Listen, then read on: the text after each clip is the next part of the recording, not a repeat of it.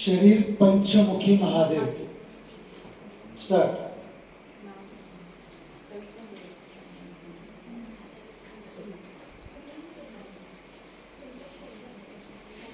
अहो स्मिता, तुम्ही कुठे चाललाय?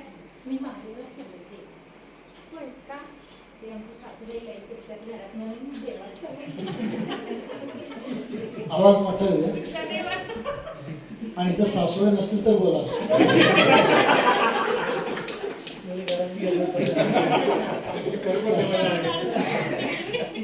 महादेवाला चालला हे बरोबरच आहे, मी योग्यच आहे. पण महादेव सासूबाईंसाठी चालला हे अयोग्य आहे. कारण हे शरीर म्हणजेच महादेव आहे. महादेव म्हणजे पंचमहाभूतांनी बनलेले, पृथ्वी, आप, तेज, वायू, आकाश. म्हणजे त्यांचं तुमच्या सासूबाईंचं त्यांचं शरीर आणि तुमचं शरीर हे एकच आहे. म्हणून तुम्ही त्यांच्यासाठी जाऊ नका. कारण त्यांचं पण पंचमहाभूतांनीच बनलेलं आहे आणि तुमचं पण पंचमहाभूतांनी बनलेलं. पृथ्वी, आप, तेज, वायू, आकाश. पृथ्वी जेव्हा सगळी तत्व एकत्र येतात त्यावेळी या ब्रह्मांडाचा खेळ चालू होईल. म्हणजे आमच्या सासूबाईच महादेव असं समजायचं काय? त्याच महादेव आहेत. त्याच महादेव बरोबर आहे. त्याबरोबर तुम्ही पण महादेवच आहे. कारण त्यांच्यामध्ये पण महातत्वे आहेत आणि तुमच्यामध्ये पण आहेत. त्या दोघींच्या मध्ये पण तेवढेच नाही, ते माझ्यामध्ये पण आहेत आणि सगळ्यांच्या मध्ये पण आहेत. म्हणजेच ते जे तत्व आहे, जे महादेव आहे, ते सगळ्यांच्या मध्ये. ही पृथ्वी, हे ब्रह्मांड सगळं महादेवच आहे. म्हणून या सगळ्यांचा आपण सन्मान केला पाहिजे. कोण यामध्ये काळा असेल किंवा गोरा असेल. तुमच्या सासूबाई आता वय झालेली असेल, वय झालेला तुम्ही तरुण आहात, म्हणून त्यांच्यामध्ये पंचमहाभूतांत कमी जास्त असेल नाही, त्यांच्यामध्ये पण आहेच, तुमच्यामध्ये पण आहे, सगळ्यांच्यामध्ये पण आहे. कळालं? म्हणून सगळ्यांचा सन्मान केला पाहिजे.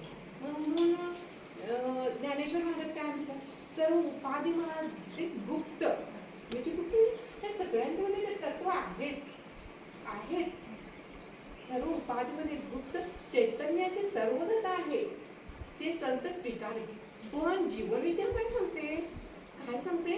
सर्व उपाधीमध्ये व्यक्त पंचमहाभूत असे सर्वगत. काय आपली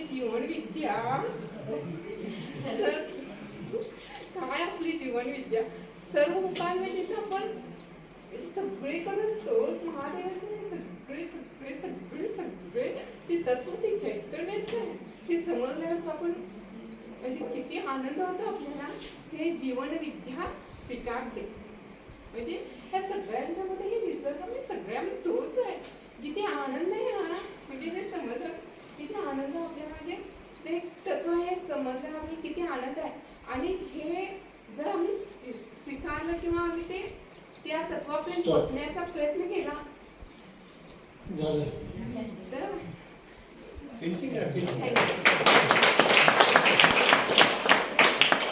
तुम्ही ह्याच्यातून बाहेरच पडलं नाही.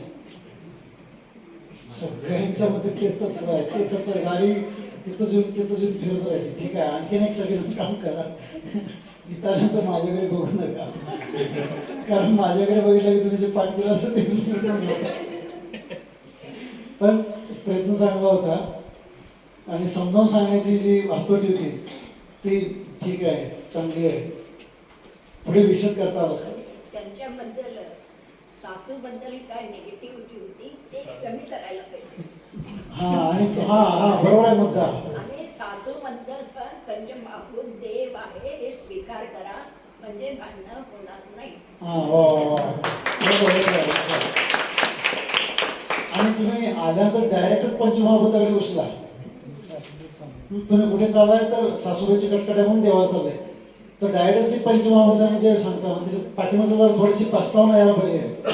कुठली पण थीम मांडताना थोडीशी प्रस्तावना, त्याचा गाभा आणि शेवटी त्याचा